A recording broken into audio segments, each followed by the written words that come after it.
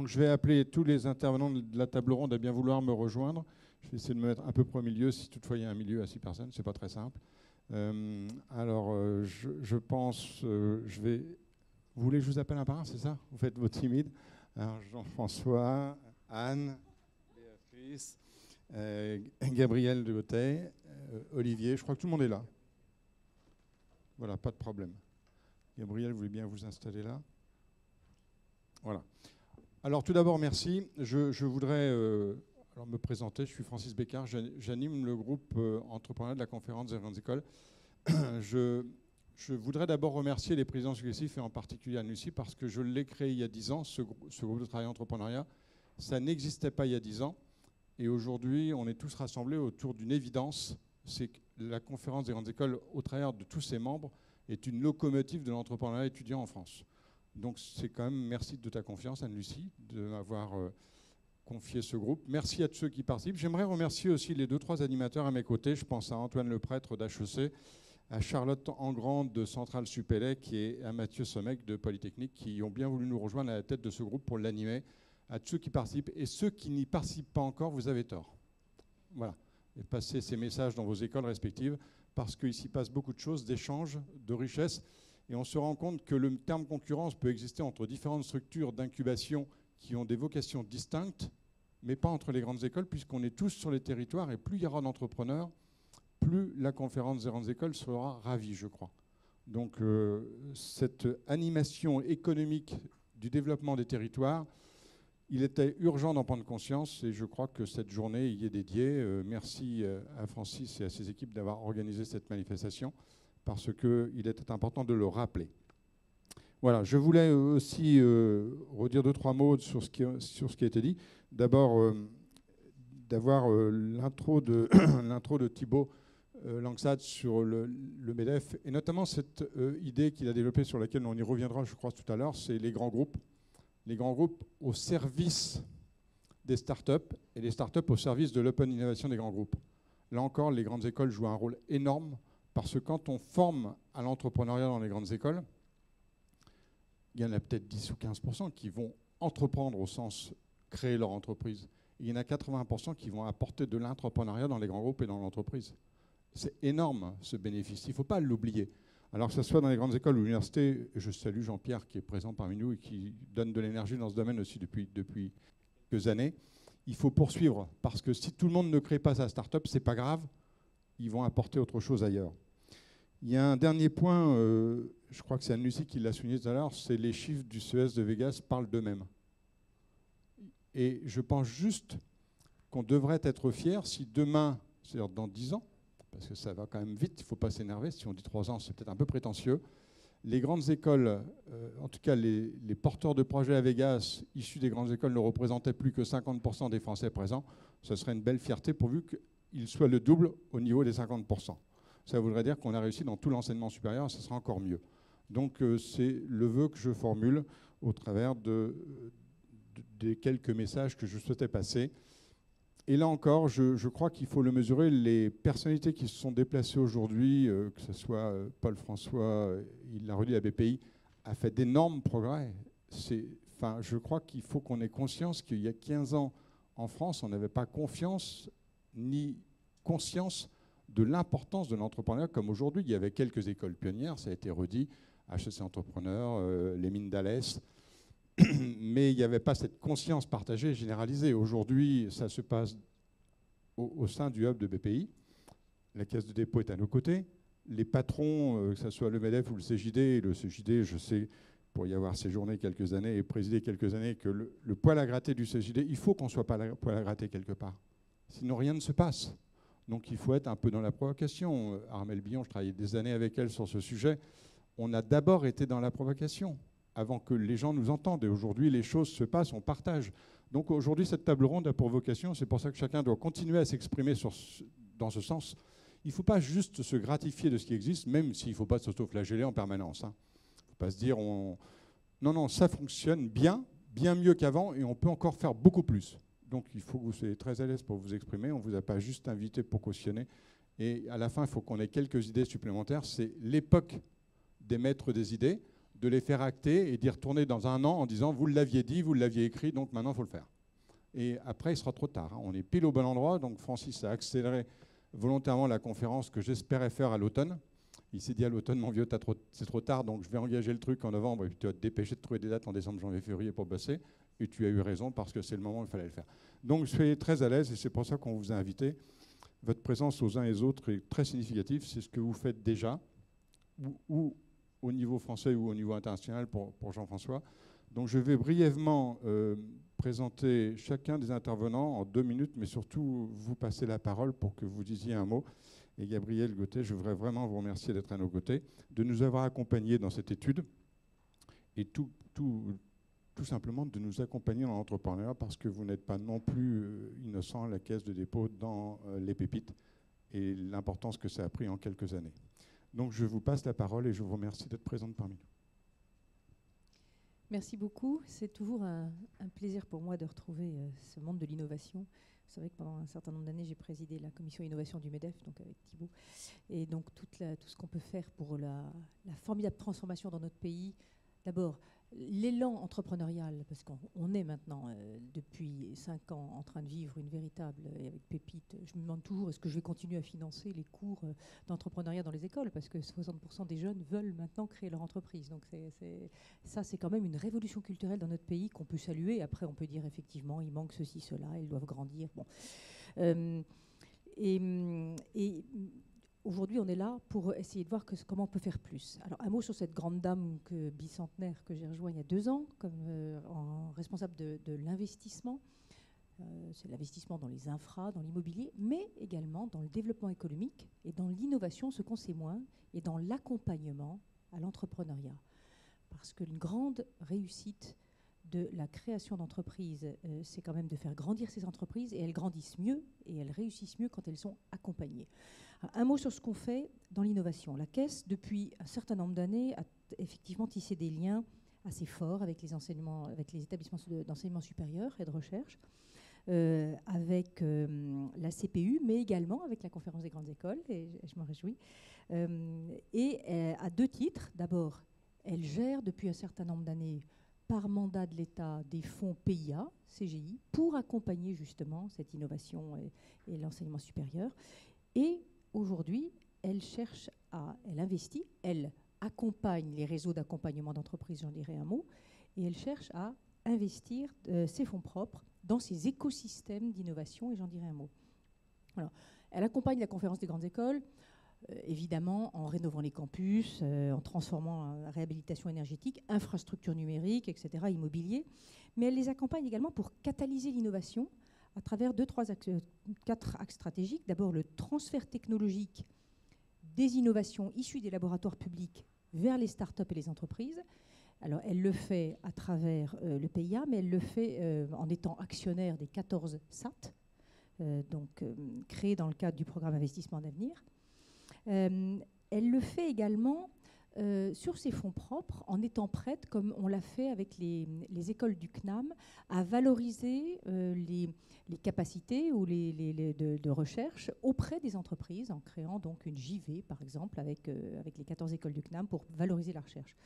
Elle le fait également à travers la valorisation des actifs dits immatériels. On a tout un travail à faire sur les actifs immatériels, notamment, on l'a fait à travers France Brevet, mais pas que France Brevet. Elle le fait à travers la promotion, évidemment, de l'entrepreneuriat étudiant et l'accompagnement qu'elle fait avec le programme Pépite. Et puis, l'intervention qu'elle cherche à avoir sur ses fonds propres, sur le continuum de l'incubation au pré-amorçage, en amont, on pourra dire, de ce que fait la BPI, qui est au cœur de la conférence aujourd'hui. Et là, on est ravis d'avoir pu avancer avec vous dans cette étude. Ça nous donne à nous aussi des idées pour voir comment aller plus loin. On partage, cher Hubert, un certain nombre des constats qui sont faits, c'est-à-dire que le modèle des incubateurs est un peu fragile, il a besoin, dépendant du soutien des collectivités, trop subventionnel encore. Effectivement, on peut bénéficier des fonds du PIA, du fonds Juncker, mais nous, à la Caisse des dépôts, on pense toujours, même si on a un petit volet subventionnement, on cherche à le réduire parce qu'on pense que tout ce qui est durable même s'il faut un peu d'argent public pour la recherche, l'innovation, etc. Quand on peut donner et doter, et on est en train de les doter, un certain nombre de ces structures d'un modèle économique, c'est rassurant, parce que c'est plus durable aussi. Ça ne veut pas dire qu'il faut se passer totalement d'argent public. La recherche a toujours bénéficié du soutien d'État, etc. Mais voilà. Et donc, modèle un peu fragile, besoin de faire évoluer l'offre. Oui, on partage ça. Formation, conseil, hébergement, coaching, accompagnement. Et là, je peux vous dire qu'on est... je crois qu'il a été dit qu'il y avait un manque d'accompagnement. Nous finançons depuis des années les nombreux réseaux d'accompagnement des entrepreneurs. Ce ne sont pas toujours des start-upers issus des incubateurs des grandes écoles, qui sont plus technologiques, mais nous avons une action de financement et d'accompagnement des grands réseaux que sont France Active, Initiative France, et peut-être dans un deuxième tour de table, je vous dirai ce qu'on fait avec justement un certain nombre de grandes écoles, spécifiquement pour les étudiants dans ce domaine, mais le réseau Entreprendre, ou un certain nombre de réseaux BGE, etc., dont certains sont plus tournés vers l'entrepreneuriat social, mais d'autres jouent pleinement leur rôle d'accompagnement et peuvent jouer un rôle encore accru d'accompagnement des étudiants entrepreneurs ou des incubés, de ces incubateurs qui font l'objet de l'étude. Donc oui, on partage ça. La nécessité peut-être le constat de l'hétérogénéité. Certains sont très inscrits dans leur territoire aussi. Alors, historiquement, ils sont un tout petit peu fermés. Nous, on cherche, et les collectivités locales cherchent à s'impliquer davantage, et les MEDEF territoriaux, Thibaut a dû vous en parler, on cherche donc à créer ces plateformes un petit peu mixtes entre les entreprises même d'un territoire, les capacités de recherche et les collectivités locales, et même un certain nombre nous ont, dans toutes les réflexions qu'on a sur la Smart City, je pense l'innovation territoriale, ces incubateurs peuvent aussi jouer un rôle. Voilà, j'ai peut-être trop parlé dans un premier temps, on reviendra je pense avec un jeu de questions-réponses, mais pour nous, l'accompagnement est essentiel, et puis concrètement, on essaye encore modestement, mais de doter ces structures d'un modèle économique, de droit privé. Certaines, alors je peux citer quelques exemples, de type SAS ou SIC pour contribuer à leur fonctionnement, certaines pour aller au-delà du coaching et du mentorat, pour que certaines apportent les premiers seed money, la première fonds propres, qui permettront à des entreprises accompagnées, il ne s'agit pas de devenir un grand fonds d'investissement, mais la petite première levée. Par exemple, nous venons d'investir 2 millions d'euros aux côtés d'entrepreneurs et de business angels dans l'incubateur Payfactory, qui est une initiative privée cette fois-ci, mais en PACA, mais ça peut donner des idées à des incubateurs issus de grandes écoles.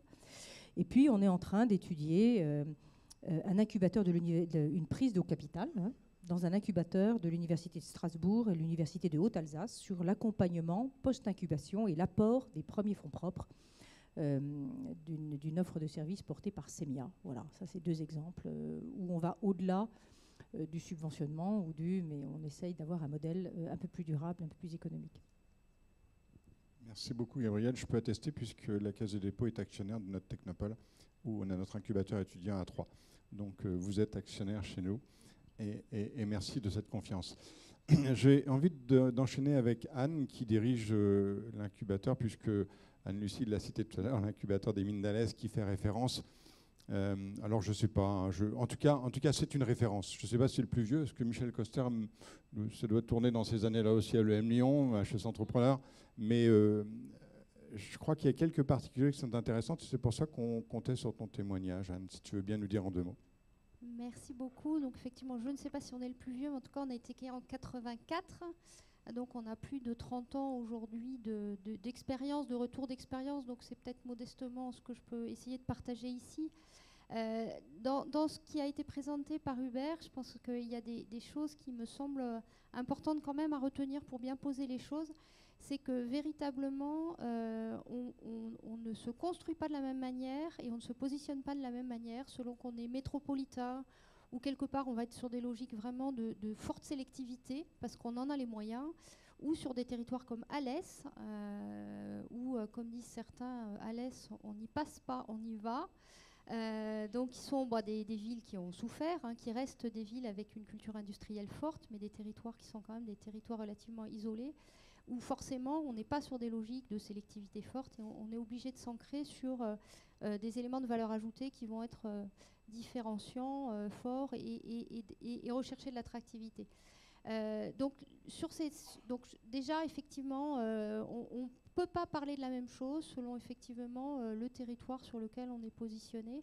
Et je pense que petit à petit, nous, sur Alès, on a construit un peu, à travers ces 30 ans d'histoire, le positionnement qui est celui de l'incubateur aujourd'hui, qui n'est pas très différent du positionnement de départ, qui était de dire, comme ça a été présenté tout à l'heure, incubateur technologique.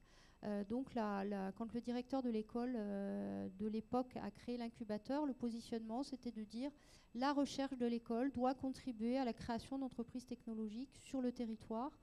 Et le territoire assez vite est devenu le territoire régional. Donc Languedoc-Roussillon à l'époque, on est en train de travailler sur le positionnement Occitanie, mais je vais parler pour l'instant de Languedoc-Roussillon. Et donc le positionnement de l'incubateur, c'est un positionnement incubateur régional, donc pas avec une vocation purement alésienne, et ancré sur les compétences de l'école. Donc les compétences de l'école, il y a les compétences technologiques, mais il y a aussi quelque chose qu'il ne faut surtout pas qu'on oublie dans nos incubateurs écoles, qui sont la ressource des élèves.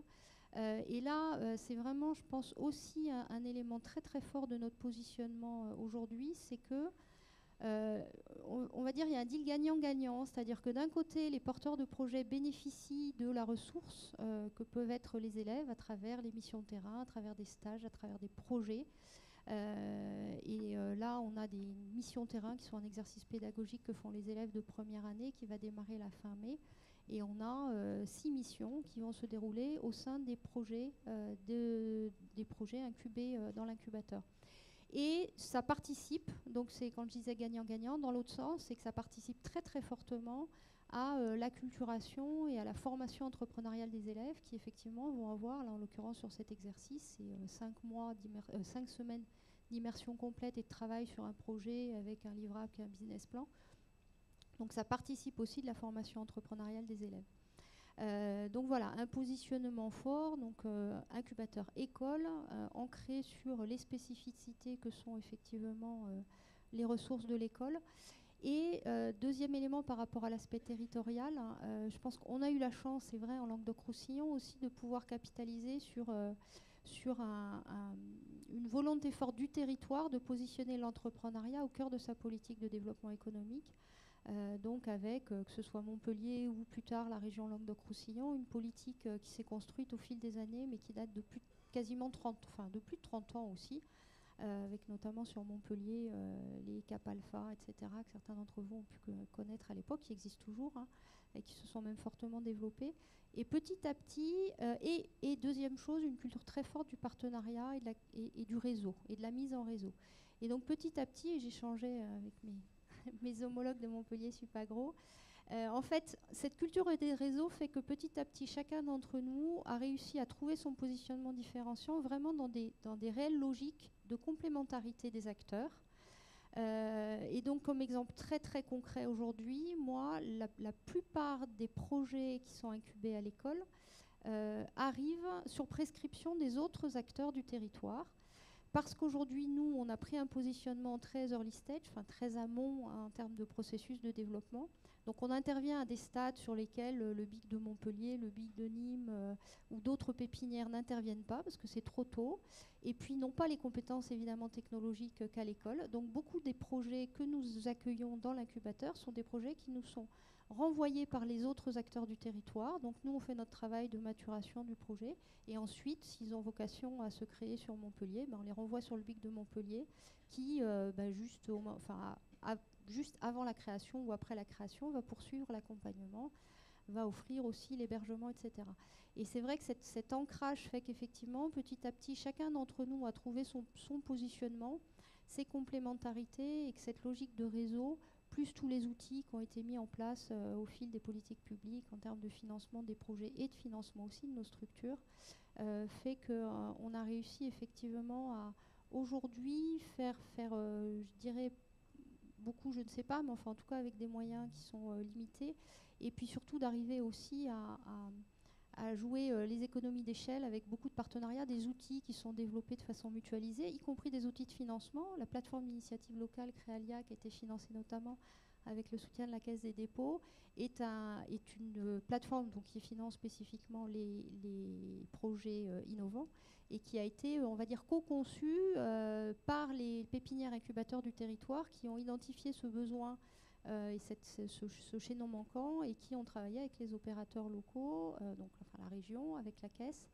et puis avec un certain nombre également d'acteurs bancaires notamment et de financement privé aujourd'hui qui viennent en effet de levier fortement pour monter ce fonds Créalia, cette plateforme d'initiative locale dédiée à l'innovation et donc qui nous permet à tous, pépinières incubateurs, de pouvoir disposer effectivement de cet outil de financement. On travaille sur des outils d'accompagnement, on a travaillé aussi sur des outils de financement des projets ou par exemple l'outil qui malheureusement aujourd'hui n'existe plus, qui est ASPI, qui était la possibilité pour des porteurs de projets de pouvoir accueillir des stagiaires, ce qui n'était pas possible puisqu'ils n'avaient pas de structure juridique en création.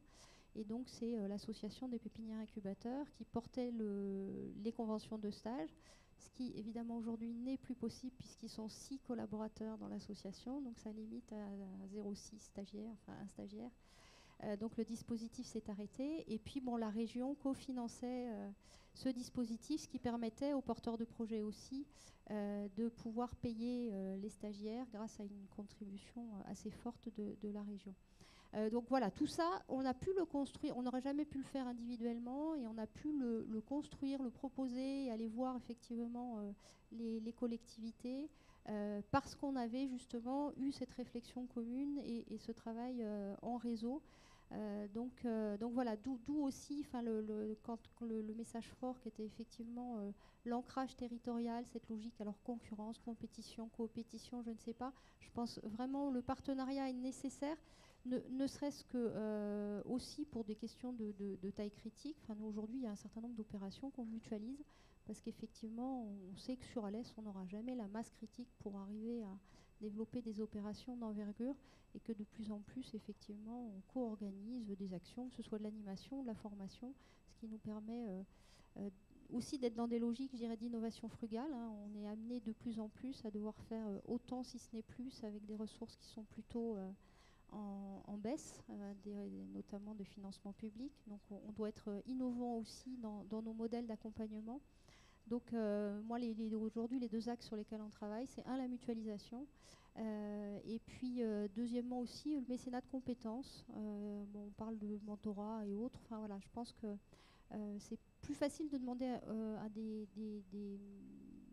acteurs de l'écosystème de donner du temps que de donner de l'argent. Donc on travaille fortement dans cet axe-là et je pense que voilà, c'est des pistes qui vont nous permettre de pouvoir, enfin qui nous permettent aujourd'hui déjà de continuer à renforcer la qualité de l'accompagnement parce qu'il y a des enjeux forts avec des ressources qui diminuent. Voilà, premier témoignage que je peux donner. Merci Anne. 2-3 choses sur ce témoignage. D'abord de me permettre la transition avec la suite, ça va être bien puisque tu as évoqué les BIC, donc je vais pouvoir assez facilement trouver qui est l'intervenant suivant. Merci. 2 choses importantes. La première, dans le message sublimatif, mais néanmoins totalement indiscret qu'Anne a passé, c'est le problème des stagiaires. Je crois que plus on met de stagiaires dans des startups, plus c'est intelligent pour le stagiaire, mais tout le monde ne l'a manifestement pas bien compris. Donc je sais que Anne-Lucie conduit un combat sérieux sur le sujet, mais il faut le poursuivre tous ensemble, parce que c'est porter préjudice et atteinte aux stagiaires plus qu'aux startups. Ne nous trompons pas. Nous, on les met, on trouve des astuces, à chacun de se débrouiller. On continue, puisque nous, à 3, on a un peu grandes écoles et technopoles et incubateurs, donc il faut trouver des astuces. Mais le mieux, ce serait encourager plutôt que dissuasif. La démarche est à contresens, là. Donc c'était discret, mais je pense que ça méritait d'être relevé. J'en ai profité, d'autant plus qu'on m'a dit qu'il y avait la presse. Donc c'est le moment d'en profiter. Et que moi, je ne prends pas de risque. Anne-Lucie, je ne l'exposerai pas, c'est moi qui l'ai dit. Et il y a les gens du ministère, mais ceux qui sont là présents du ministère sont nos relais habituels pour nous favoriser, nous accompagner. Donc ils le savent déjà, ils sont dans le même sens que nous. Et je pense à Catherine notamment. Mais bon, il faut le dire à d'autres, manifestement, tout le monde ne l'a pas perçu. Donc répétez-le, amis journalistes, ce ne sera pas très grave. Et mettez-le bien en gros et en gras. J'aimerais effectivement passer la parole à Jean-François parce que tout ce qui a été dit dans l'étude, qu'on se rapproche des écosystèmes, je pense même qu'on est dans l'écosystème. On fait partie intégrante aujourd'hui, c'est démontré sur Alès. Alors c'est certainement plus vrai en province. Et c'est là où les catégories, il faut que ça le devienne ailleurs. Je pense qu'on n'a pas tous le même job, et tu l'as très bien souligné, on a tous des compétences distinctives et on compose tous un maillon de la chaîne. Alors moi, je suis peut-être à un carrefour privilégié dans le sens où je dirige une technopole et une grande école. Donc je suis dans l'obligation qu'elles travaillent ensemble. C'est d'ailleurs dans ce sens que le ministre François Loos m'avait confié il y a 10 ans l'étude de rapprochement entre les grandes écoles et les structures d'accompagnement à la création d'entreprises. Donc à l'époque, on réfléchissait. Aujourd'hui, on constate. Ça veut dire qu'on a beaucoup progressé, tant mieux. Et finalement, on est à la charnière de 2 ministères. C'est à quand l'enseignement supérieur et à quand l'économie. Et c'est intimement lié. C'est intimement lié. Donc, les technopoles et les grandes écoles sont obligatoirement liés. Technopole, C2EI, BIC, SATT, on est intimement liés dans le développement économique. Alors peut-être fallait-il le dire, ça a été rappelé tout à l'heure, on fait mal notre communication, mal notre marketing, cette journée y est destinée. Je pense que les grandes écoles sont des leviers de développement économique et social des territoires, et c'est juste important de le redire, même si c'est une évidence depuis très longtemps. Et moi, j'ai ici les deux qui m'ont montré un peu l'entrepreneuriat. Michel, au travers des grandes écoles, c'est un peu grâce à toi que j'ai dû choper ce virus un jour en te croisant à l'EM Lyon. Et puis Jean-François m'a embarqué dans une vice-présidence de Rétis en 2002 où j'ai pas trop eu le choix de réfléchir. Mais au croisement des deux, c'est une évidence qu'on a à travailler ensemble et qu'on ait des leviers énormes de développement économique. Parce que ça naît au travers des grandes écoles, il y a des structures d'accompagnement qui accélèrent tout derrière. Donc il faut continuer comme ça. Merci de ton témoignage, Anne, il était très important, je crois, et encore une fois. Donc Jean-François, bien, tu as présidé Rétis, donc tu connais un peu les structures d'accompagnement à la création d'entreprise en France. Tu as présidé EBN au niveau des BIC européens et l'IASP au niveau des Science Parks dans le monde. Donc je pense que ton éclairage peut être intéressant et merci de ta présence, mon cher Jean-François. Merci Francis, merci. Ça marche, oui. Alors, c'est pas une question là ce que tu as dit, mais je vais quand même réagir. D'abord, merci de m'avoir invité. Hein, c'est un plaisir d'être là. Je rebondis. Quelqu'un a dit tout à l'heure, a posé une très bonne question sur la concurrence. Et j'aurais commencé par ça, parce que en fait tout part de là. Parce que de quoi parle-t-on? Est-ce qu'on parle, quand on parle d'incubateur, beaucoup de gens croient parler de la même chose alors qu'on ne parle pas de la même chose. Donc moi je mets les pieds dans le plat, qu'il y ait des journalistes ou pas. Des incubateurs privés, c'est très utile. Moi, j'en ai dans mon écosystème dans l'Ouest. On travaille très bien ensemble, mais ça ne fait pas d'incubation au sens où moi, je l'entends, où on l'entend dans Rétis, et je pense où on l'entend dans les incubateurs des grandes écoles. Donc, c'est important de le dire, parce que tout le travail de pré-incubation, de sourcing, un travail passionnant, mais un peu frustrant, parce qu'on voit, on va très en amont, et ça ne va pas toujours au bout. Ben, ce travail-là, on ne peut pas se rémunérer dessus. Et c'est vrai qu'un incubateur, entre guillemets, privé, il va faire son sourcing à partir de ces structures, il va faire son marché. Donc soit on est en frontal et c'est la castagne et c'est au détriment de l'entrepreneur, soit au contraire, on voit quelles sont les complémentarités et on organise un écosystème intelligent. Donc je crois que ne serait-ce que pour les entrepreneurs et pour les territoires, c'est ce qu'il faut essayer de faire. Alors deuxième point, c'est innovation, parce que c'est important. L'entrepreneuriat, il y a plein d'entreprises qui se créent, toutes n'ont pas besoin d'accompagnement. Donc moi, l'éclairage modestement que je peux apporter, c'est sur l'accompagnement que nos structures, les écosystèmes vont apporter à l'entrepreneuriat innovant. Et sur les territoires, que ce soit les régions ou les métropoles, et c'est pareil en Europe ou ailleurs, les pouvoirs publics vont investir quand ce sont des entrepreneuriats innovants, parce qu'il y a potentiel fort de création de valeur et d'emploi sur les territoires. Ça ne veut pas dire qu'il ne faut pas qu'il y ait des entrepreneurs qui n'ont pas besoin d'accompagnement, bien sûr, mais nous, on est concentrés là-dessus. Donc ça, c'est aussi important de le préciser, parce que ce n'est pas la même nature d'accompagnement. Enfin, moi, je dirais maintenant, pour revenir sur la problématique lien incubateur d'école, territoire, écosystème, c'est vrai qu'en région, et en tout cas dans certaines régions, il y en a que je connais mieux que d'autres, ça peut être assez vertueux. et dans l'Ouest, je sais qu'il y a des gens de l'incubateur de l'école centrale Audencia qui sont ici. On a petit à petit continué à construire un écosystème intelligent où il n'y a pas de concurrence, par exemple, entre l'incubateur Grande École et l'incubateur Allègre. L'incubateur Allègre, il est porté en plus par la Technopole et le BIC. Au niveau régional, il structure l'écosystème et il se nourrit du travail qui est fait soit à Centrale Audencia, soit à l'école des mines, soit avec l'université, etc. Donc ça, c'est important. Par contre, si je regarde d'autres territoires, et je vais prendre un exemple qu'a cité, je ne sais plus si c'est toi qui l'as cité ou Hubert, le plateau de Saclay, territoire que je connais aussi bien parce qu'il y a eu un certain nombre de missions d'évaluation, de tentatives de conseil. On connaît tous l'énorme potentiel du plateau de Saclay. Et là, on s'aperçoit bien, je crois que tu as dit qu'il fallait un hub d'innovation, bien évidemment. Mais ça, je crois que ça fait 15 ans, 20 ans, 25 ans qu'on le sait. Mais le problème, c'est que ça ne se décrète pas. Ça ne se décrète pas, et ça, c'est les forces du territoire qui doivent le créer.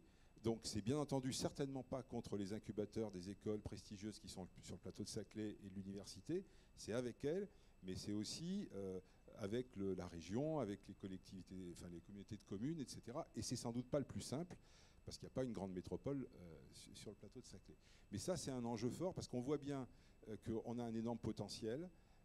Si on veut croiser les filières, parce que l'innovation, ça aussi, je crois qu'il faut le dire, elle est souvent au carrefour des filières, mais tu l'as souligné dans ton rapport, Hubert, il y a beaucoup d'incubateurs aujourd'hui d'écoles qui se sont mutualisés pour justement croiser, pas être uniquement sur une thématique, parce que l'innovation, elle est souvent au croisement des filières. Et puis enfin, parce qu'il y a beaucoup d'entrepreneurs qui ne sont pas issus de vos écoles, mais qui ont des idées de création d'entreprises très innovantes et pour qui il y a un intérêt à les connecter à l'écosystème, notamment les grandes écoles, les laboratoires universitaires, etc.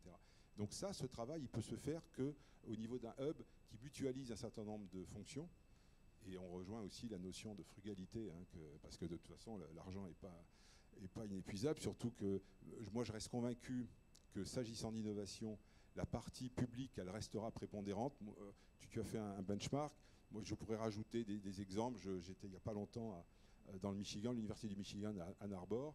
Le modèle d'Ann Arbor Spark, c'est 30% privé, 70% public, et il est à l'asymptote, quoi. Donc, bien sûr, ça veut dire qu'il faut des services professionnels, ça veut dire qu'il faut en permanence réussir, mais dès qu'on parle d'innovation, à un moment donné, il faut que la puissance publique continue à être là, mais justement, raison de plus pour avoir des résultats, et les résultats, c'est à moyen et à long terme, c'est de la création de valeur, d'emploi. Je terminerai juste sur un truc, enfin, une idée. On a parlé de SAT aussi tout à l'heure. Mais je crois que là aussi, en entendant ce que vous avez dit, je suis plutôt rassuré sur le fait que pourquoi ce qu'on a réussi à faire, alors tout n'est pas parfait dans les SAT, mais ce n'est pas le sujet là, mais en tout cas le modèle de mutualiser les fonctions de transfert au niveau d'un territoire plus important avec plusieurs établissements, je crois que c'est une idée qui fait consensus. Et donc, s'agissant d'incubation, d'accélération, je crois que la notion de hub, pour moi, elle doit s'imposer. Et encore une fois, ce n'est pas contre les incubateurs d'école. Chacun doit être sur sa chaîne de valeur. C'est très important, sur le maillon de sa chaîne de valeur. Mais c'est évident que si chacun joue perso, ça va être au détriment de l'entrepreneur. Et surtout, on n'aura pas le souffle pour le marathon. Merci Jean-François. J'ai envie d'enchaîner par Olivier, tout simplement parce que CJD, quand on crée sa boîte, on est plus vite au CJD qu'au MEDEF quand même dans les premières années. Et je crois que c'est bien parce que c'est une école de l'entrepreneuriat sans le dire, finalement, que cet échange, ne serait-ce que les commissions miroirs et autres qu'on connaît très bien. Et ton implication au CJD, au-delà bien sûr de ce qu'on sait du CJD et de remettre l'homme au milieu de l'économie, en tout cas l'économie au service de l'homme, voilà le regard sur l'entrepreneuriat et notamment ce que font les grandes écoles au profit du développement économique et social des territoires. Merci d'être là, Olivier. Merci, Francis. Effectivement, le Centre des jeunes dirigeants, à mon sens, est dans la continuité de ce que font les incubateurs. Au début, quand une entreprise naît, si on l'assimile à une plante, elle est toute petite, on plante la graine et elle pousse et on s'occupe pleinement d'elle. Et au bout d'un moment, quand elle grandit, parfois on oublie de prendre soin du jardinier. Et c'est là que le CJD arrive. Il va moins s'intéresser à l'entreprise et s'intéresser à l'entrepreneur Il n'y a qu'à faire une recherche dans Amazon, hein. Il y a peu de livres qui écrivent sur les entrepreneurs. On écrit plus en France sur la banane bleue que sur l'entrepreneur. Je ne sais pas si c'est bon signe ou pas. Et au CJD, on s'intéresse vraiment à l'humain qu'est l'entrepreneur, parce que derrière chaque entreprise, il y a toujours un ou plusieurs personnes qui portent ce projet. Et souvent, on en parle régulièrement, ils se trouvent isolés. Et puis, on les accompagne grandement quand ils naissent. Et puis après, débrouille-toi, l'entreprise, elle vit, elle a développé son environnement économique, elle a normalement des clients, des fournisseurs, des salariés, donc elle n'a plus besoin d'aide. L'entreprise peut-être pas, mais les gens qui la portent sûrement. Et c'est là que le CJD a toute sa place. Dernièrement, on travaille beaucoup sur les nouveaux modèles économiques, l'économie de la fonctionnalité essentiellement, donc qui indépend de l'économie circulaire. Et en fait, on réfléchit beaucoup au fait qu'aujourd'hui, on est peut-être dans ce qu'on ne pourrait pas appeler une révolution à quelque chose de violent subi par les populations, mais de transition. C'est-à-dire que nous sommes acteurs d'un changement. Oui, il est possible que nos modèles économiques soient amenés à évoluer dans les prochaines années. On ne va pas pouvoir continuer à construire des modèles économiques basés sur des ressources qu'on sait maintenant épuisables, polluantes pour la Terre et pour les hommes.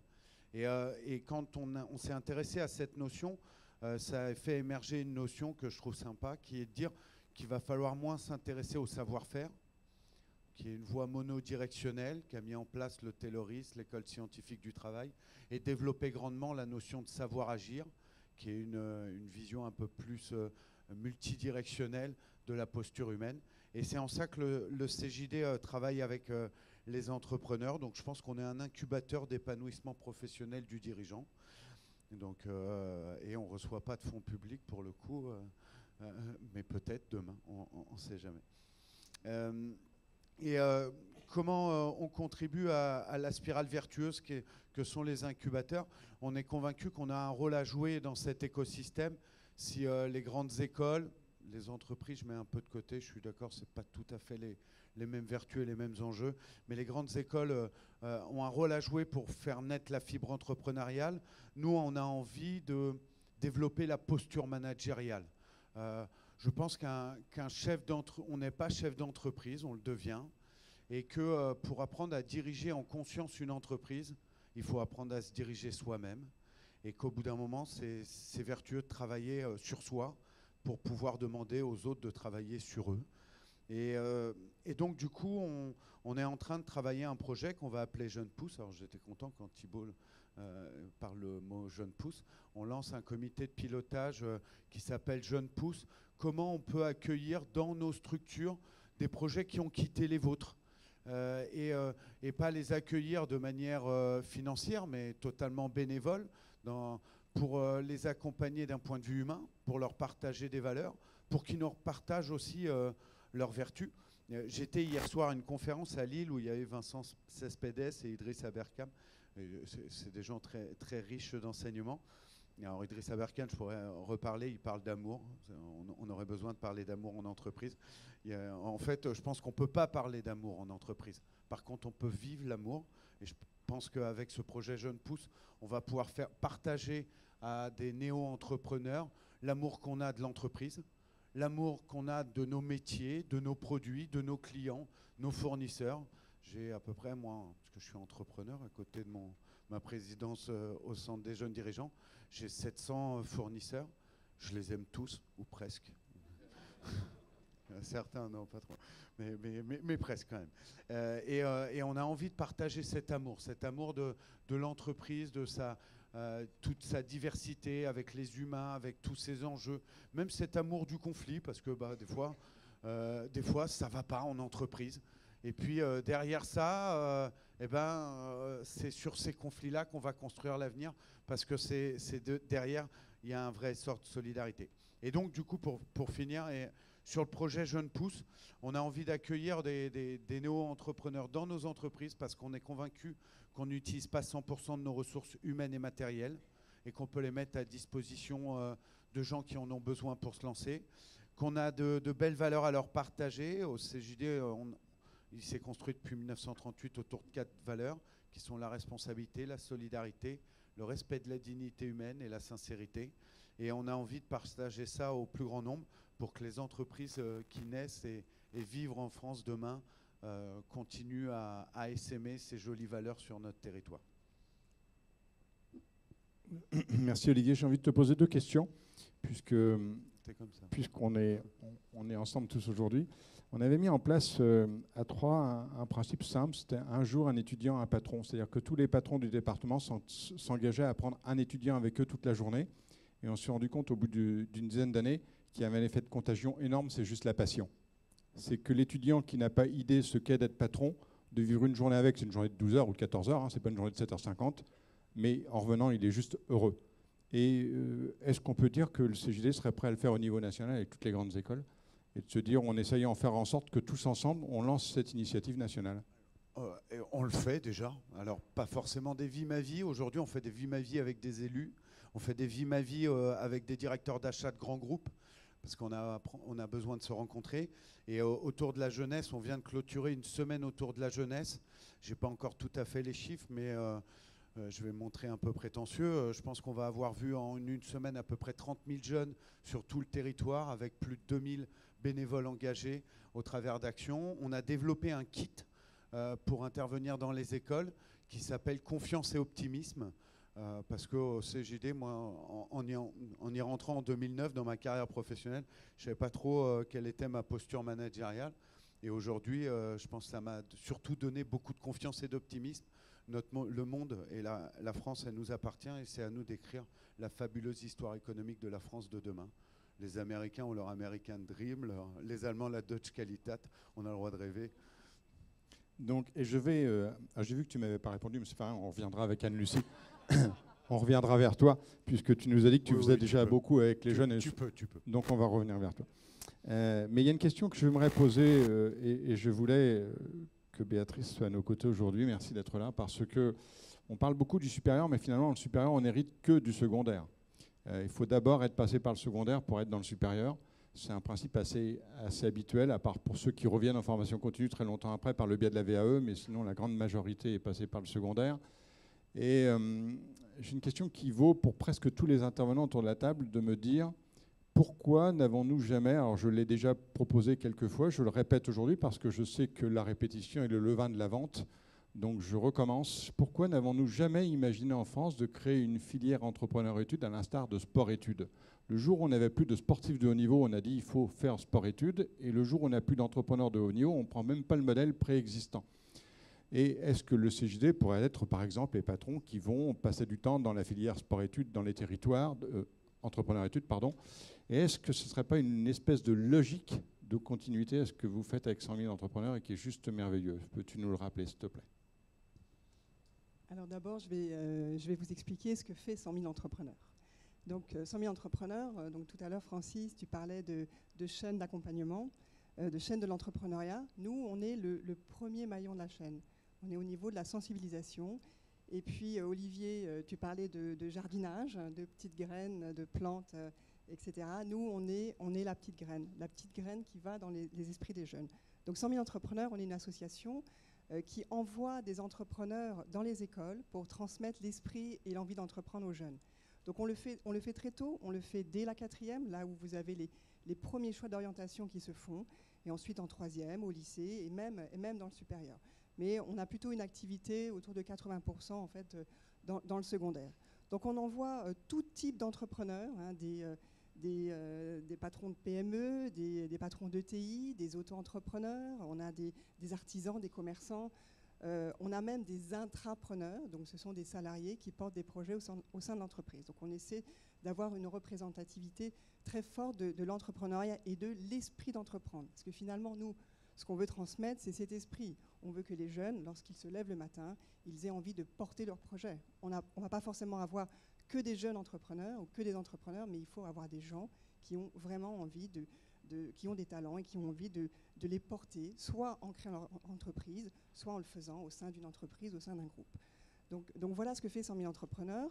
On le fait massivement sur tout le territoire. Donc l'année scolaire dernière, on a organisé plus de 2000 interventions et sensibilisé près de 60 000 jeunes sur tout le territoire. Alors on ne le fait pas tout seul, on le fait avec des enseignants. Donc depuis 10 ans, puisqu'on a été créé il y a 10 ans bientôt, on fera une grande fête en septembre, on vous invitera. Et donc on travaille avec près de 4500 enseignants et plus de 4500 entrepreneurs qu'on a formés à l'intervention en classe. Et ces entrepreneurs sont issus de nombreux réseaux d'entrepreneurs, dont le CJD, qui travaille très très activement avec nous sur tout le territoire, mais également on a cité le réseau Entreprendre, on a cité le MEDEF, etc. Donc je ne vais pas vous citer tous les 400, mais c'est un écosystème, cette table ronde l'a montré, on a un écosystème entrepreneurial en France qui est fabuleux, et nous on va essayer de fédérer tout ce petit monde pour retourner à l'école, pour aller transmettre cette passion d'entreprendre. Donc on travaille avec beaucoup d'incubateurs également, privés, publics, des incubateurs qui sont dans les écoles, des incubateurs qui sont également dans les régions, etc. Donc vraiment toute forme d'incubateur. Et avec les incubateurs, qu'est-ce qu'on fait? D'abord, il arrive qu'on envoie des entrepreneurs chevronnés pour aller parler aux étudiants des incubateurs, mais aussi on va envoyer les jeunes porteurs de projets des incubateurs dans les écoles pour aller parler aux jeunes. Et là, c'est très intéressant parce qu'il y a une telle proximité d'âge que forcément, ça a un effet. Et vous avez des jeunes qui ont des étoiles dans les yeux en voyant tous ces jeunes porteurs de projets qui ont à peine 5 ans de plus qu'eux et qui sont déjà dans une démarche entrepreneuriale. Donc on travaille notamment beaucoup avec les pépites, hein, notamment sur un programme qu'on a mis en place qui s'appelle la Semaine de sensibilisation des jeunes à l'entrepreneuriat féminin. Et là, c'est une grande opération qu'on a montée il y a 4 ans parce qu'il fallait vraiment mettre un coup de projecteur sur cette thématique, car on a besoin d'avoir des rôles modèles féminins qui vont aller parler aux jeunes filles. On a un déficit d'entrepreneuriat féminin en France et si on veut que ça change, il faut que ça se fasse vraiment en amont, avant les choix d'orientation et des choix qui sont souvent très genrés au niveau des jeunes filles.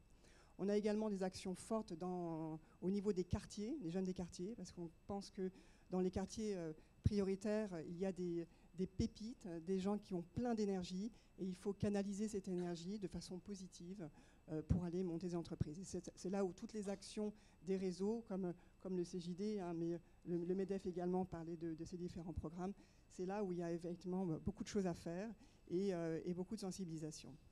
Donc notre développement, je vous l'ai dit, il est très fort, hein, puisqu'on a fait, en 5 ans globalement, on a fait x3. Tous les jours, moi quand je me lève, je sais que je vais avoir à peu près en jour scolaire 13 entrepreneurs qui vont dans les écoles, donc c'est un bon bout de chemin.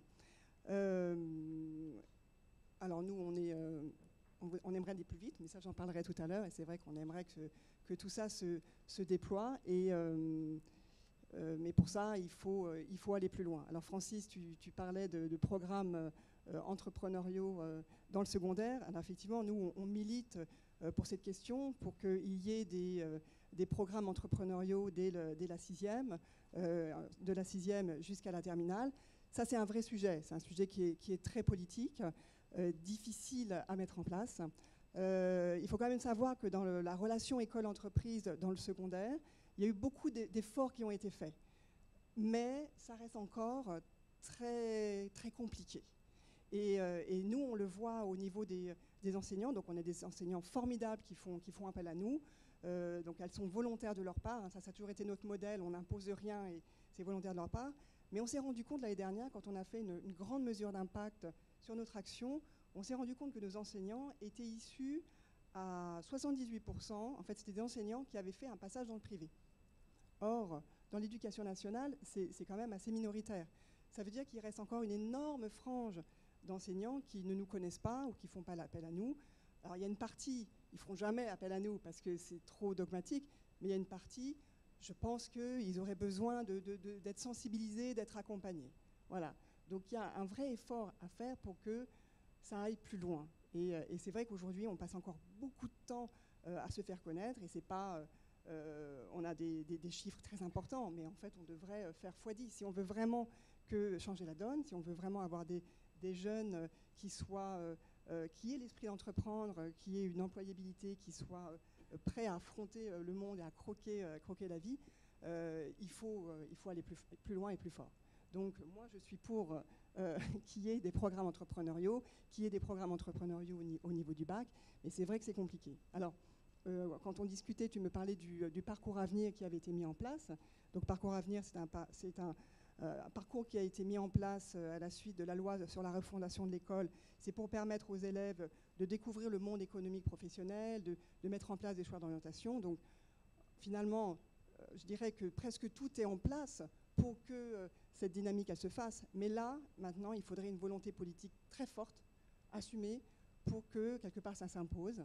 Et puis aussi mettre en place des programmes entrepreneuriaux pour les enseignants au niveau de la formation initiale et également au niveau de la formation continue avec des stages en entreprise. Alors ça existe déjà, mais c'est tellement à la marge que ça ne changera pas la donne. Voilà. Tu disais qu'il fallait être un peu poil à gratter, donc...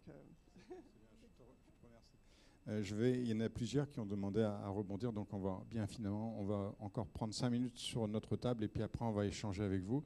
Je voudrais simplement remercier Anne-Lucie et la libérer parce que je sais qu'elle court partout pour la CGE et qu'elle va filer sur Bordeaux. Donc merci de ta présence et de ton soutien et d'avoir redonné cette importance au sein de la CGE de l'entrepreneuriat.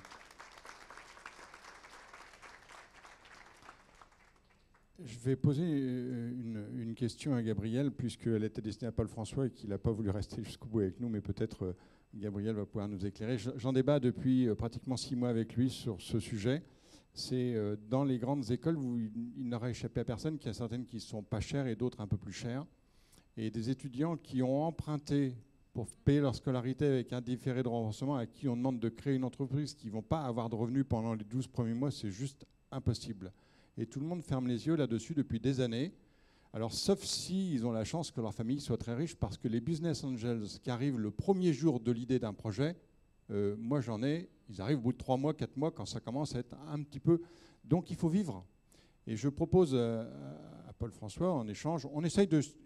J'ai en face de moi des interlocuteurs qui essayent de trouver des solutions, qui ne disent pas non, c'est idiot. Est-ce qu'on pourrait accorder une bourse? On ne demande pas grand-chose, 1 000 € par mois pour un étudiant sorti des études qui a une dette sur les reins, le temps qu'il ait capitalisé son projet. Après, il s'engage bien évidemment à rembourser l'intégralité de l'avance sur la revente de la structure ou sur les premiers dividendes. C'est juste une avance remboursable, bien évidemment perdue en cas d'échec. Il faut accepter le risque. Mais toutes les écoles de management sont considérées quasiment par ce problème. Toutes sont payantes, ou presque. Donc on est en train de fermer les yeux, puisque de toute façon, quelqu'un qui a déjà une dette de 30, 40, 50 000 €, il va chercher un job qui est tapis rouge aujourd'hui, qui ont des salaires d'embauche intéressants, même s'il a la volonté d'entreprendre. Donc est-ce que la Caisse de dépôt est ouverte à ce genre de débat? Est-ce qu'on peut imaginer de trouver une issue? Parce qu'il y a un problème qu'on ne va pas lever sinon. Merci Gabriel, vous demandiez la parole sur d'autres sujets, mais je vous laisse tout à fait. Non, je demandais la parole sur le... je vais juste redire un peu, je pense que avant de dire ce qui peut être fait sur l'accompagnement, parce qu'on y réfléchit, sur le parcours sport-études ou étudiant, enfin, le statut il faut quand même revenir un tout petit peu sur ce qui est Pépite et en accompagnement du statut étudiant-entrepreneur quand même. Le statut étudiant-entrepreneur, c'est un parcours un petit peu spécifique qui a eu un grand succès. Il faut quand même se retourner 2 minutes. Alors certes, on finance avec le ministère. On a décidé de continuer à subventionner. C'est de la subvention, là. Donc ça, pour 2017, dans un contexte où, très clairement, la Caisse des dépôts diminue année par année ces subventions au profit de quelque chose soit de prêt justement ou d'avance remboursable ou de modèles moins subventionnels. Voilà. Donc ces 29 pôles étudiants qui ont permis quand même, il y avait une dynamique avec des résultats. Il y a eu 120 000 étudiants qui ont été sensibilisés jusqu'à maintenant et 5 000 qui ont pris le statut d'étudiant entrepreneur. Donc on peut quand même saluer le fait que c'est quand même pas rien. Voilà, donc c'est rapide et enthousiasmant. Alors sur ce qui existe déjà, sur l'accompagnement des porteurs de projets et les prêts d'honneur, on fait déjà des prêts d'honneur. Donc on le fait de façon plus générale. On accompagne massivement les structures d'accompagnement. Je les cite juste à nouveau pour que parce qu'elles accompagnent aussi des étudiants. Initiative France, BGE, l'ADI, France Active, Réseau Entreprendre. Voilà. Donc il y a eu, nous on subventionne les structures à hauteur de 10 millions € par an Et en plus, on abonde à 12 millions des fonds de prêts d'honneur distribués par 3 de ces réseaux, des fonds de prêts d'honneur dont tout entrepreneur peut bénéficier, y compris bien sûr les étudiants. Donc et ces nouveaux financements, ça permet donc les résultats de ces réseaux, c'est quand même 120 000 projets en 2015, ayant abouti à la création de 52 000 entreprises, voilà, 100 000 emplois. C'est quand même ça le résultat de la... Et donc il y a une formidable quand même dynamisme. Alors on n'a pas gagné totalement la bataille intellectuelle et culturelle, mais il y a quand même... Moi je sens que la jeunesse maintenant, alors c'est peut-être uniquement quand elle arrive dans le supérieur, et elle doit effectivement, il y a encore tout un... Mais quand ils arrivent, ils sont quand même beaucoup moins brainwashés qu'à ma génération contre l'entrepreneuriat. On vit une formidable quand même mutation culturelle. Et la deuxième chose où je suis d'accord avec vous, c'est on accompagne historiquement encore plus les jeunes, l'économie dite sociale et solidaire, et plus particulièrement les quartiers un peu difficiles, et qui sont, c'est juste statistique, qui sont quasiment 1,5 fois plus fertiles en termes de création d'entreprises que les autres. Donc et qui voient le bien fondé de se faire accompagner, alors là, à plein. Alors tous ces réseaux, on les a mis sur la grande ombrelle, la fabrique à entreprendre, qui commence, et on en a déjà 16, et on envisage d'en avoir 40, de fabriques à entreprendre en région, qui permettent de regrouper l'ensemble des dispositifs qui se complètent. Ils ne sont pas tous destinés au même public, etc. Mais plus spécifiquement sur les étudiants, alors non seulement ils ont droit mais il y a eu des réseaux qui ont créé des choses. Le dispositif Initiative Grande École et Université, qui a pour objectif le financement des prêts d'honneur, création d'entreprises au sein des grandes écoles, des universités, des centres de recherche, a engagé donc un travail plus spécifiquement, justement, depuis 2011, avec le réseau. C'est soutenu par Initiative France, donc Initiative Grandes Écoles et Universités, et la Caisse. Et il y a déjà 4 établissements, mais il peut y en avoir d'autres. L'Institut Mines Télécom pour les porteurs de projets issus des mines, Télécom Paris, Évry, Rennes, Brest et Nantes. Pourquoi pas Alès? Voilà. Ça y est, c'est fait, d'accord. L'École nationale des arts et métiers pour les porteurs de projets des incubateurs de Paris et de Lille. Paris-Dauphine pour les porteurs de projets incubateurs de Paris. Donc là, il y a des dispositifs de financement spécifiques. Et puis, on me dit l'Institut de recherche et développement IRD de Bondy pour les porteurs de projets de l'incubateur de Bondy. Voilà. Alors, je sais qu'on peut toujours faire plus. On accompagne également un certain nombre de choses plus petites pour les jeunes. Par exemple, Enactus, qui accompagne les étudiants dans la réalisation de projets d'entrepreneuriat social. Ce qui est intéressant aussi, c'est la générosité des jeunes. Moi, ça me frappe quand on remet le prix Pépite. On remet aussi le prix. On accompagne le concours, le prix Pépite, et j'aime bien chaque année y aller entre le ministère et nous. Ce qui me frappe à chaque fois, bon, alors c'est vrai qu'il n'y a pas... Bon, on accompagne plus spécifiquement les filles aussi. Il y a trois associations qui accompagnent plus les femmes à la création d'entreprises parce qu'elles ont besoin d'être peut-être un tout petit peu plus encouragées. C'est très amusant d'ailleurs le comportement des femmes. Elles osent moins demander de financement, elles sont souvent sous-capitalisées, elles osent, bon, voilà. Donc elles savent moins lever des fonds, donc elles ont besoin d'être spécifiquement peut-être encouragées. C'est assez féminin de se dire qu'on n'est jamais à la hauteur, alors que voilà. Mais dans les entreprises accompagnées dans le prix Pépite, alors statistiquement, je crois qu'il y a maintenant pratiquement 50% des jeunes qui sortent de grandes écoles qui ont imaginé créer leur entreprise. Et statistiquement, il y a au moins presque la moitié, c'est sur des projets qui cochent 2 des 3 critères de l'économie dite sociale et solidaire. C'est-à-dire c'est pas. Alors il y a des projets très technologiques, mais ils ont souvent c'est-à-dire, c'est pas toutes des entreprises de l'ESS, mais ils ont un sens social très fort, donc, ils ont du sens. C'est pas uniquement pour je vais faire la culbute et me revendre un Américain dans les 2-3 ans. Et ça, c'est quand même assez... aussi, c'est une autre évolution culturelle, je trouve, par rapport à une certaine époque. Je veux faire l'électrification en Afrique, je veux faire un truc recyclable ou de l'économie circulaire. Ou, voilà. Donc c'est assez frappant. C'est l'autre sujet que je voulais dire.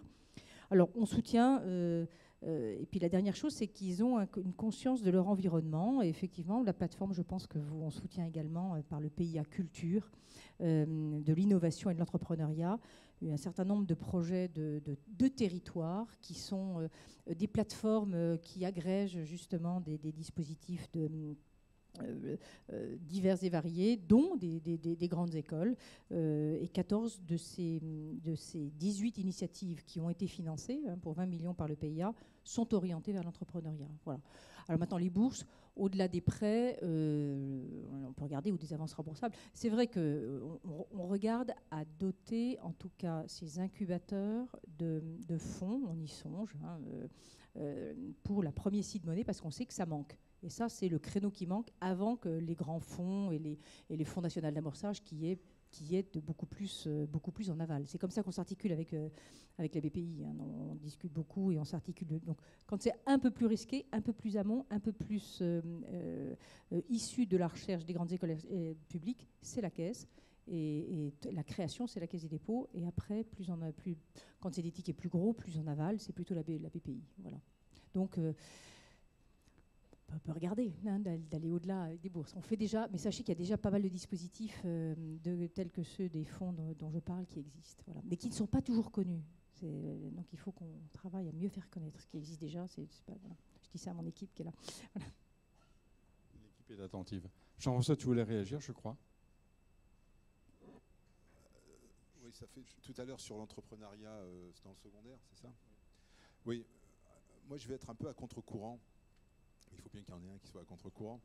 Non, je partage ce que vous avez dit sur le fait que les choses ont beaucoup changé et il faut faire attention de ne pas être excessif maintenant dans l'autre sens en disant voilà, il faut absolument, l'entrepreneuriat ça s'apprend, etc.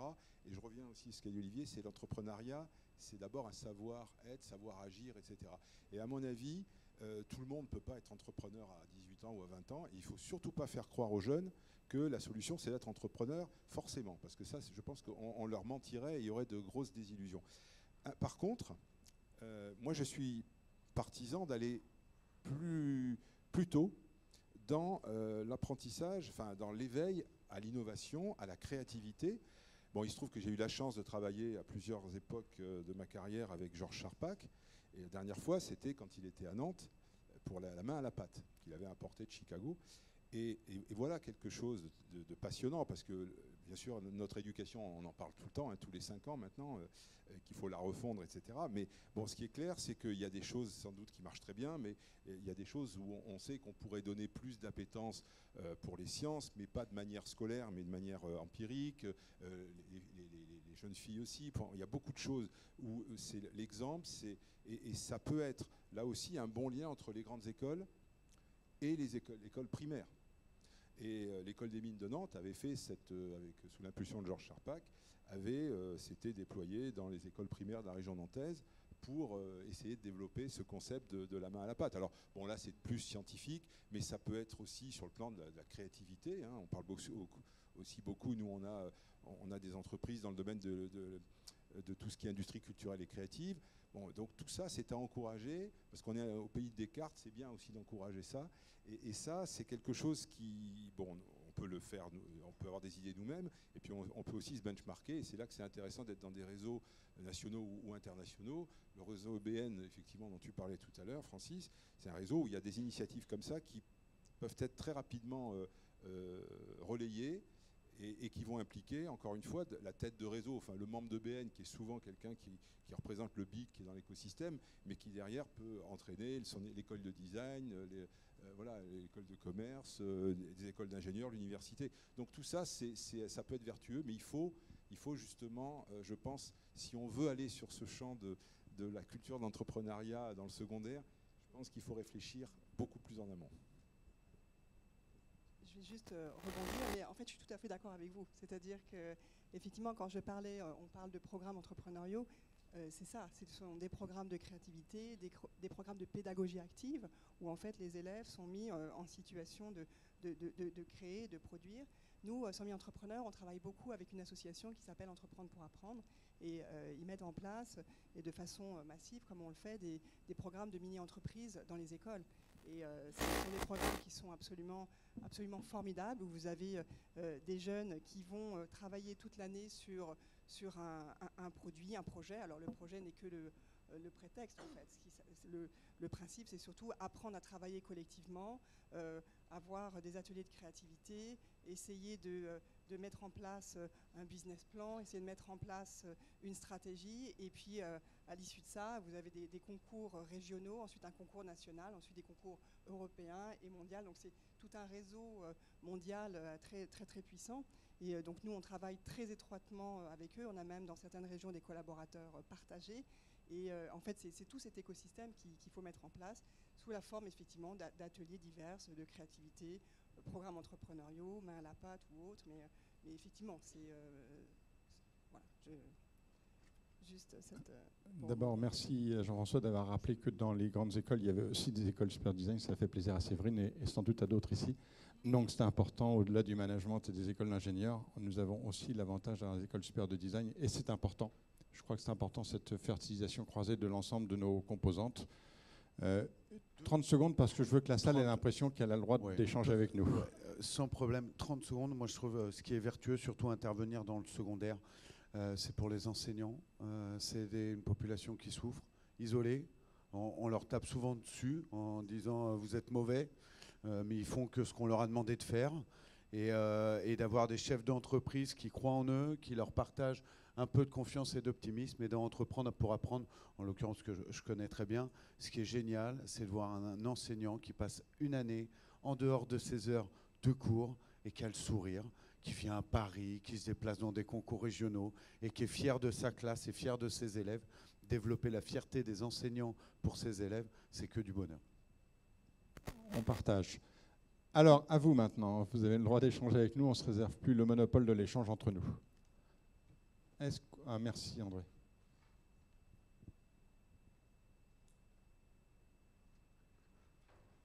Bonjour, Céline Viala, je suis responsable d'un master en entrepreneuriat, d'un incubateur académique, chercheur et fondatrice d'un e-incubateur qui propose des solutions donc, de crowdsourcing, de co-création de produits-services et de crowdfunding avec les 4 modalités du crowdfunding pour les porteurs de projets et au service également des incubateurs académiques et publics.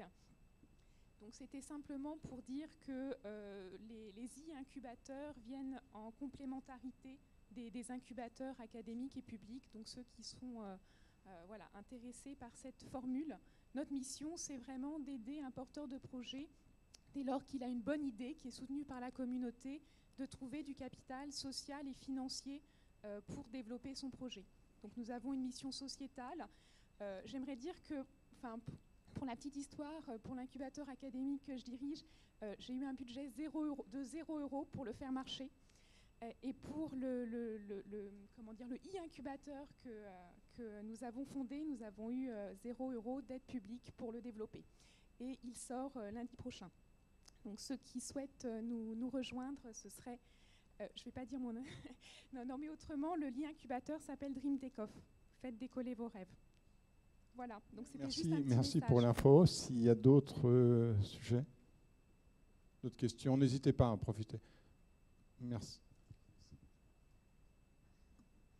Bonjour, Marie Vernier, je travaille à la Fondation de France, je suis responsable de l'enseignement supérieur et de la recherche et à ce titre j'accompagne un certain nombre de fondations, d'établissements, notamment des business schools mais pas que, qui sont très soucieuses de financer leurs étudiants et leurs structures par les fonds issus du mécénat. Vous parliez tout à l'heure, donc je reviens évidemment sur la question du financement, vous parliez tout à l'heure des liens nécessaires entre le ministère de l'Éducation nationale, de l'enseignement supérieur et le ministère de l'Industrie. Je crois qu'il y a un troisième partenaire à ne pas oublier, c'est Bercy. Parce qu'aujourd'hui, fiscalement, mon activité au quotidien, elle est contrainte par un déterminisme fiscal tout bête. C'est qu'aujourd'hui, quoi qu'on en pense, la création d'entreprise, elle n'est pas reconnue par Bercy comme étant d'intérêt général. Donc elle ne peut pas être financée, ni les structures, ni les porteurs de projets, par des fonds issus de la défiscalisation au titre des dons. Donc les dons que chacun d'entre nous peut faire en déduction de son impôt sur le revenu, ou pour ceux qui y sont, l'impôt sur la fortune, ou pour les sociétés, l'impôt sur les sociétés. Et du coup, nous, on voit bien, du coup, on a une petite vue d'ensemble sur le territoire de ce qui se fait. J'entends tout ce que vous dites, et on est très frustrés de ne pas pouvoir aller plus loin. Et je voudrais qu'on soit tous conscients qu'il y a un énorme lobbying à faire sur ce sujet-là. Alors, je ne sais pas si ça passe par la loi ESS, ou si par les suites de la loi ESS aujourd'hui, ou si ça doit passer par d'autres biais. Peut-être que la suppression de l'ISF, éventuellement, serait d'ailleurs une opportunité pour renégocier ce genre de choses. mais qu'il faut qu'on soit mobilisé sur le sujet des niches fiscales du grand public qui permettraient demain de financer, par exemple, les jeunes dont vous parliez et qui ont des besoins de frais de vie et qui sont diplômés et qui se lancent dans la création d'entreprises et qui cherchent des bourses. Aujourd'hui, moi, ça, je ne peux pas le faire. Pourquoi ? Parce qu'ils sont diplômés. Et qu'un diplômé d'une grande école, par définition, ce n'est pas quelqu'un très éloigné de l'emploi ou en très grande difficulté sociale, même s'il n'a pas les moyens. Et donc, contrairement à ce que fait Réseau Entreprendre, etc., qui accompagne des gens, des chômeurs de longue durée, par des financements personnels, les fondations reconnues d'utilité publique et leurs abrités ne peuvent pas le faire. Et c'est assez regrettable. Est-ce que quelqu'un souhaite s'exprimer sur le sujet ? Armelle, la plus qualifiée dans la salle, je crains que ce soit toi, donc je me retourne très lâchement vers toi. Un petit peu interrogatif sur le fait qu'on ne puisse rien faire parce que les associations qui œuvrent dans l'intérêt général sur toutes les actions de développement de l'esprit d'entreprendre peuvent développer des actions avec des... Enfin bon, je ne vois pas où est le frein. Mais je veux bien qu'on en parle parce que ça m'interpelle et je suis un peu surprise.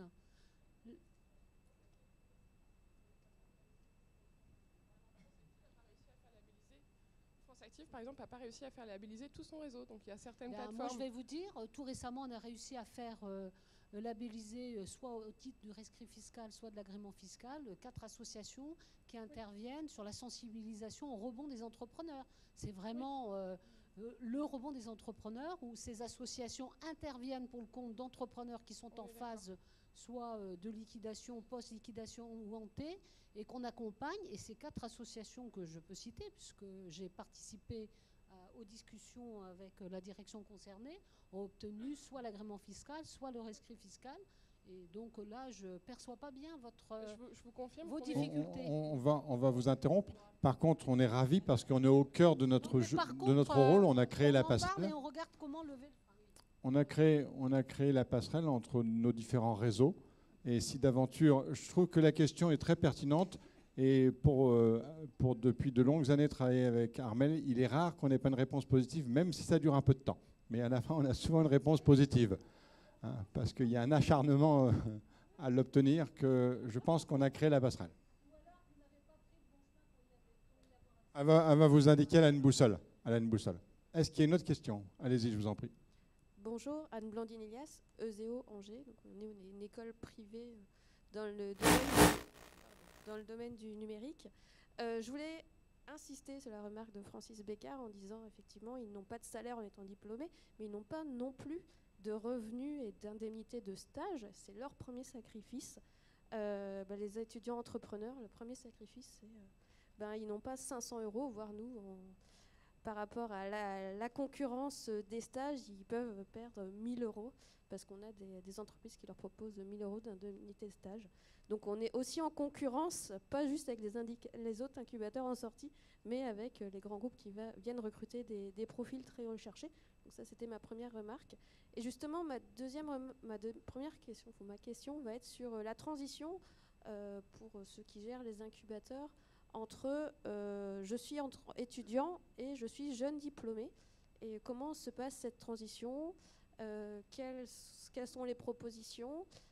Quels sont les risques de fuite ou pourquoi ils restent chez vous ? Enfin, c'est beaucoup de questions en une, mais la transition avant diplôme, après diplôme.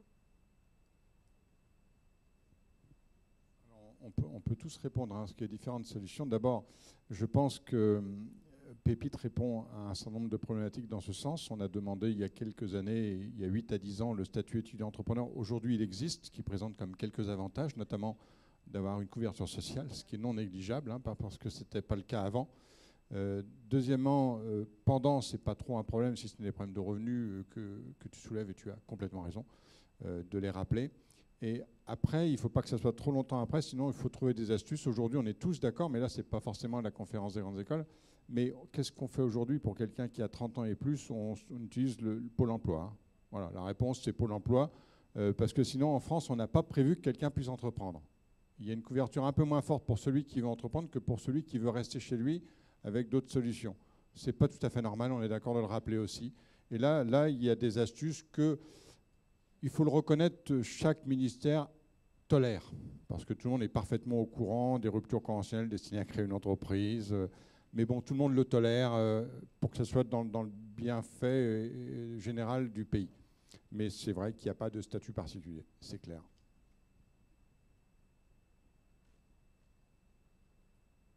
Alors bonjour à tous, Sophie Joris. Donc moi je suis l'heureuse directrice du premier incubateur francophone de Belgique. Et donc il a été créé par l'ULG, l'Université de Liège. Et à sa tête il y a le professeur Bernard Surlemont, qui est toujours l'élément stratégique impressionnant de notre incubateur. Et donc ici, on est à 220 étudiants qui ont été accompagnés, 30 créations d'entreprises. Et donc, c'est pour nous une réussite aussi qu'on aimerait partager avec vous. Parce que c'est assez touchant, en fait, de voir que les résultats de votre étude, c'est un peu les lignes stratégiques qu'on s'est définies. Donc, l'internationalisation, l'open innovation, le lien avec les grands groupes. C'est aussi très chouette de voir ce parallèle avec le regard humain en fait, qu'on peut poser sur l'entrepreneur. Nous, on l'a beaucoup, vraiment le respect du parcours de vie de l'étudiant entrepreneur, les questions de la transition, etc. Et donc voilà, mon appel, ma question, elle est hyper concrète, hyper entrepreneuriale et assez constructive. C'est de dire qu'on reste au cocktail, notre TGV ne partira qu'à 19h35.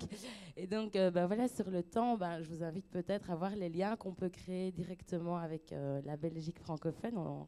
On reste francophone déjà.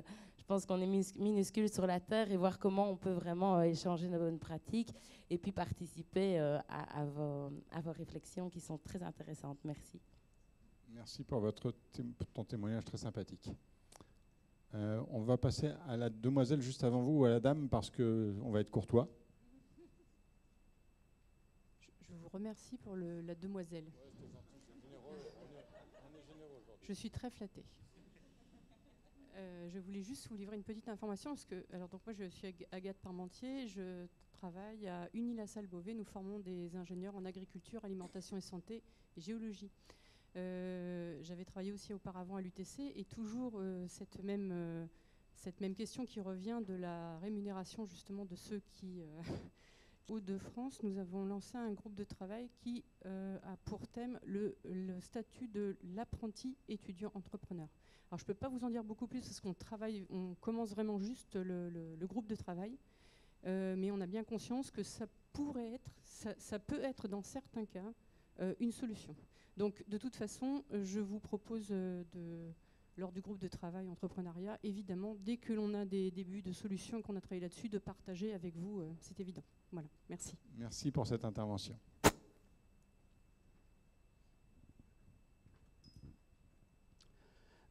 Bonjour, je suis Idriss Elotmani de l'ESA, École supérieure d'agriculture de Angers. Donc, je suis content d'avoir mes collègues de l'ESEO et aussi ma collègue de l'ISARA. On fait la même chose, l'agriculture et l'agroalimentaire. Et en même temps, j'appartiens aux grands pépites de France. Ces pépites créées, je pense que vous avez compris, ça va de Brest, Angers, Nantes. On a parlé pas mal de Nantes. Et puis Angers. Angers, il y a plusieurs écoles. Il y a aussi mon collègue d'une école d'informatique à côté. Les pépites, on parle du statut d'étudiant entrepreneur, mais il n'y a pas d'incubateur. Il n'y a pas d'incubateur. Je ne vais pas dire tous les jours, c'est que j'exagère. Souvent, je suis sollicité par des incubateurs privés qui veulent faire leur marché chez nous. Quelle question, je dis. Voilà, donc je trouve que c'est une phase parfois, nous, on s'aime, on aide, mais Pépite aussi, il est incapable. Il y a des limites pour l'instant. Je ne comprends pas qu'on n'a pas réfléchi dans la création des pépites, l'accompagnement. On sensibilise. Pas pour certains, ça se fait dans certaines villes, dans certaines pépites, pas dans le grand pépite. Mais je parle d'Angers, parce que le grand pépite est créé, il y a à Nantes, peut-être ils ont des incubateurs. Il y a quelques incubateurs dans nos écoles, mais c'est des petits incubateurs. Mais à Angers, il n'y a pas d'incubateur. Il y a aussi le maire aussi qui veut créer, c'est politique, qui veut créer leur incubateur. Donc on constate une concurrence. Et nous, référents entrepreneuriat des écoles, je suis enseignant, chimiste, mais je fais aussi de l'entrepreneuriat parce que j'aime motiver nos étudiants. Je ne sais pas comment les orienter. Donc je voulais avoir votre avis, parce qu'il y avait une enquête. Quelle bonne pratique? Et qu'on arrête ce marchandage sur le dos des étudiants. Voilà. Alors je vais juste passer la parole à deux intervenants. La première chose, je pense qu'il faut, ça a été dit dans l'étude tout à l'heure par Hubert, mais il faut capitaliser sur l'existant. Il ne faut pas non plus redévelopper ce qui existe, parce que si Les financeurs sont appelés à financer 2-3 structures qui ont finalement les mêmes vocations. Or, j'ai cru comprendre qu'il existait des choses sur l'Ouest, mais je vais redonner la parole à François qui est un peu issu de l'Ouest. Et puis Jean-Pierre, si tu veux intervenir sur les pépites, tu es le bienvenu parmi nous et tu peux intervenir parce qu'on a la chance de t'avoir avec nous aujourd'hui. Oui, pardon Anne, je la garde juste une minute la parole. Non, juste par rapport à Angers, nous on était impliqués à Tlampol dans le pépite sur Nantes et sur La Roche-sur-Yon d'ailleurs en ce moment. Et sur Angers, normalement, le BIC est à Technopole d'Angers, qui a un BIC, qui est notre relais incubateur régional Allègre. Oui, mais ils doivent pouvoir répondre à... Non, mais si vous avez un projet issu de Pépite qui veut créer derrière, c'est le maillon normal et légitime. Normalement, il devrait même être impliqué. Enfin,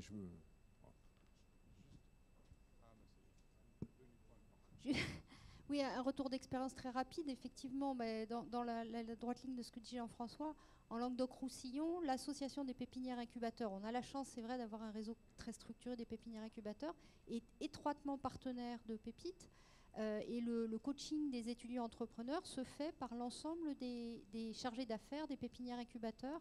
Moi, j'étais, pas plus tard qu'il y a 15 jours, j'ai passé une après-midi à coacher les étudiants qui sont en cours de cursus. On était 3 issus du réseau des pépinières incubateurs régionaux à consacrer du temps en fait, pour encadrer, coacher les étudiants entrepreneurs. Il n'y a pas de lieu physique, mais à ce stade-là, ils n'ont pas forcément besoin de lieu physique. Ils ont surtout besoin d'accompagnement. Le lieu physique, ça vient une fois qu'ils sortent. Et sinon, après, s'ils ont besoin ponctuellement d'espace pour travailler, ça, les solutions, je pense qu'elles sont faciles à trouver. C'est surtout la partie apport intellectuel. Et là, je pense qu'effectivement, les réseaux des pépinières incubateurs, je pense, sur votre territoire aussi, peuvent le faire aussi sans problème.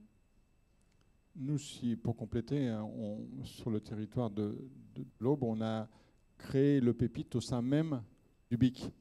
C'est-à-dire que c'est le BIC qui finalement gère le Pépite pour l'ensemble des structures d'enseignement supérieur. Et comme ça, il n'y a même pas de passerelle à avoir puisque ça se passe en son sein et l'accompagnement se fait bien évidemment par les institutions d'enseignement supérieur. Jean-Pierre, tu veux dire un mot ou pas? Non, tu n'es pas obligé, hein, c'était juste une offre que je voulais te faire. Une autre question?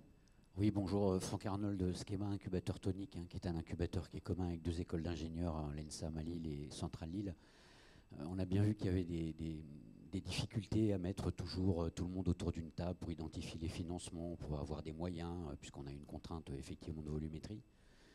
Ma question est la suivante, puisqu'on est dans le cadre de la conférence des grandes écoles, n'y aurait-il pas moyen de déployer une forme de stratégie sur les territoires au niveau des conférences régionales des grandes écoles, avec des choix qui soient faits par les directeurs d'établissement, en mutualisant un certain nombre de choses, en s'appuyant sur les partenaires, comme les financeurs divers et variés qu'on peut avoir, comme les structures représentant des dirigeants d'entreprise.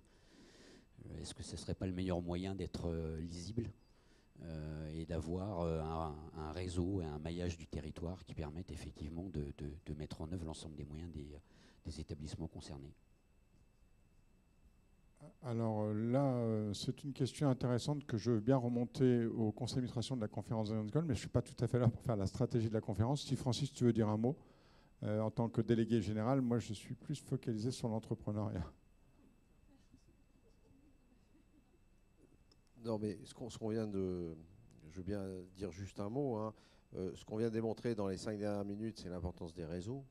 Je crois que ce soit les réseaux en France, les réseaux à l'international, et c'est ce qu'on a cherché à démontrer dans le texte d'InnoEco.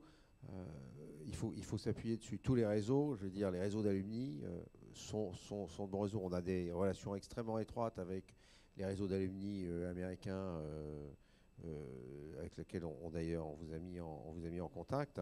Je crois que nous, on attache beaucoup d'importance au réseau des conférences régionales des grandes écoles. Et Anne-Lucie, d'ailleurs, et moi, on a fait un peu le tour des conférences des grandes écoles dans le cadre des propositions pour la présidentielle, pour essayer d'expliciter et expliquer nos propositions. Je crois qu'on est tout à fait prêt à réfléchir à la façon de mieux exploiter, de plus dynamiser ces réseaux, et probablement l'entrepreneuriat est un des moyens. Mais il faut effectivement y adjoindre dans ces réseaux une partie des collectivités territoriales, les entreprises, etc. C'est-à-dire que les réseaux des grandes écoles en eux-mêmes, même régionaux, ne suffisent pas. On peut prendre encore une ou deux questions pour respecter le timing. Ah, Jean-François, tu veux intervenir? Non, c'était dit par Francis, mais moi je voulais juste dire que c'est effectivement une question de réseau local et régional. On revient sur la notion d'écosystème, c'est-à-dire que c'est l'intégration des établissements dans leur écosystème qui va faciliter les choses. Après, que ça puisse remonter au réseau national pour que ça nourrisse et que ça fasse tache d'huile après ailleurs, oui, mais l'initiative elle doit venir du réseau régional qui doit être bien sur le territoire avec l'ensemble des acteurs. Je veux dire peut-être iconoclaste, mais quand on se déplace nous en province et qu'on essaye de voir ce qu'on peut financer, justement ça rejoignait cet écosystème régional. La meilleure coopération que j'ai vue, c'est quand même à Lyon, sur un incubateur entre les grandes écoles et l'université. C'est pas exclu d'aller voir les universités. Je me peut-être à pavé dans la mare, mais avec Khaled Bouabdallah, on a vu, moi j'ai vu l'incubateur de Lyon, je ne sais plus combien, mais c'était avec l'INSA Lyon, avec le Subdeco Lyon, et il y avait une coopération très fertile autour de... Voilà, donc c'est pas exclu que vous ayez... que l'université est très demandeuse de ces également, hein, et, voilà. Plus l'écosystème des entrepreneurs locaux et des collectivités locales, évidemment, hein, donc la ville de Lyon, la métropole, etc. Oui, juste pour compléter, s'il y a au moins une conclusion, il y en a plusieurs, mais s'il y a au moins une conclusion qu'on devait tirer de l'étude qu'on a conduite, c'est que les incubateurs des établissements d'enseignement supérieur, c'est-à-dire des écoles, plus des universités, plus tous ceux qui concourent à l'enseignement supérieur, sont effectivement un point de convergence de toutes les initiatives qui doivent se concrétiser et qui concourent au développement économique territorial, au niveau territorial, au niveau régional, au niveau national, au niveau international. C'est bien ça la conclusion. Et la concurrence avec les incubateurs privés, un incubateur, il ne peut pas sortir ex nihilo, il ne peut pas tomber du ciel et s'implanter en dehors de tout écosystème. Donc il doit, en fait, si il est vraiment efficace, s'implanter là où il y a des laboratoires de recherche, là où il y a de la formation, là où il y a de l'innovation, parce que l'innovation ne vient pas que de la recherche, elle vient en partie de la recherche, mais pas que de la recherche. Et c'est tout cet ensemble-là qui se met au service de la région avec les entreprises et les collectivités territoriales. Une dernière question.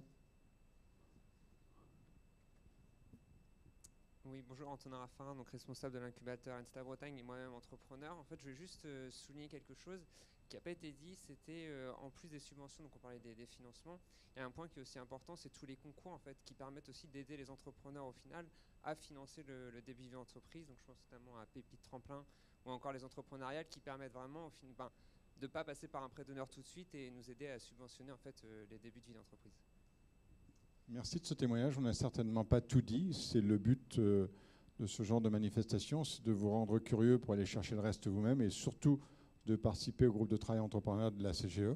Là, il se dira encore beaucoup de choses. Moi, j'aimerais vous remercier d'avoir répondu favorablement à l'invitation. J'aimerais remercier Catherine et Armel, les deux ministères, d'être attentifs à ce qu'on veut faire et à ce qu'on peut faire, parce que je crois qu'on est à la frontière entre l'éducatif, l'enseignement, la recherche et l'économie et le social, ça a été dit. Je me félicite aussi, surtout, je pense, à tout ce que fait la CGE, parce qu'il y a 10 ans, on écrivait un rapport pour comment rapprocher les structures d'accompagnement et les grandes écoles, et aujourd'hui, tout le monde est autour de la table pour dire comment on accélère tous ensemble. Et je crois que c'est tout à fait intelligent. Il n'est pas question, bien évidemment, ça a été dit, mais je le redis, et Gabriel a eu raison de le souligner, ce n'est pas du tout l'objet de diviser. On est juste au sein d'une conférence qui regroupe un certain nombre de membres, mais tout ce qui touchera l'entrepreneuriat, on le fera avec tout le monde. Et on est content que Jean-Pierre soit là parce que j'ai longtemps collaboré personnellement, mais on a collaboré à ce qu'il a fait au sein des Pépites jusqu'à maintenant et on continuera.